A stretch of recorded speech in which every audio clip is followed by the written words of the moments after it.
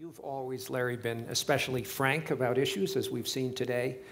Do you think that we're... My life experience is that whenever anyone compliments me on my candor and encourages me to go further, or says, could you step out of your role as a government official and tell us what you think as an economist, or forget your job at Harvard, just tell us what you really think, that they're inviting me to do something I will regret. Well, I don't think so. No, I wouldn't do that at all. But yeah, so you you could try, but I mean, do you think conversations in this country are dictated too much by political correctness? Yeah, yes, of course they are. Does that mean that there are not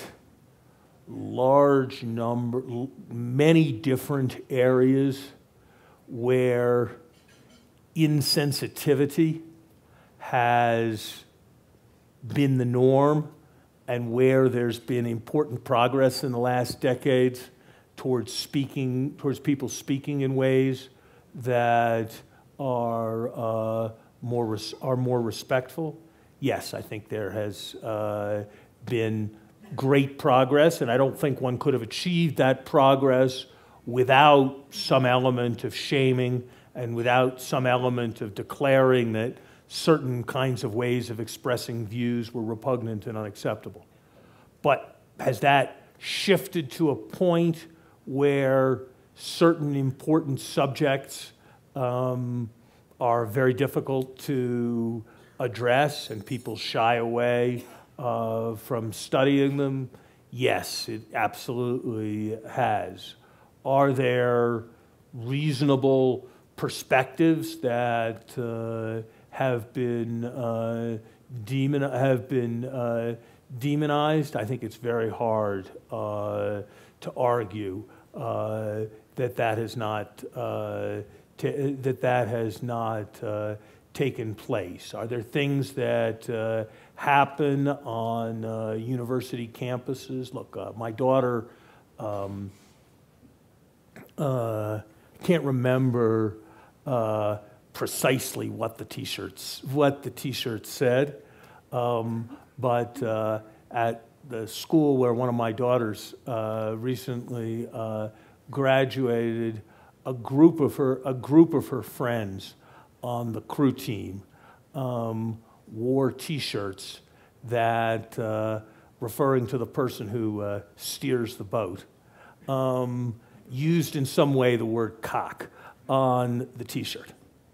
They wore them. A group of them wore T-shirts to a party. They were told that they could not, that this had been an insensitive act, and that as a consequence they would no longer be able to participate in the end-of-season tournament, and that their graduation was called into question. There was subsequently a rebellion, and the ACLU came to town and there were editorials, and the decision got reversed. But there are 10 of those every semester across the major 50 colleges in the United States. Is it the end of the world for that to happen? No, but is it a quite unfortunate thing? I think it is. There have been a number of instances.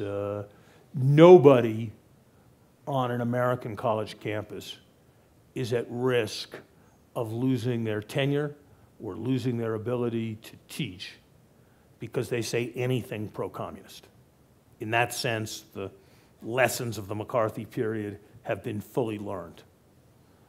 But if somebody says something that speculates about ethnic differences of a variety of kinds or takes an unfashionable position, there are instances where assistant professors don't get promoted or don't get their contracts renewed on American college campuses every year in significant quantity, and I think that's wrong, and I think we are worse off as a country for it.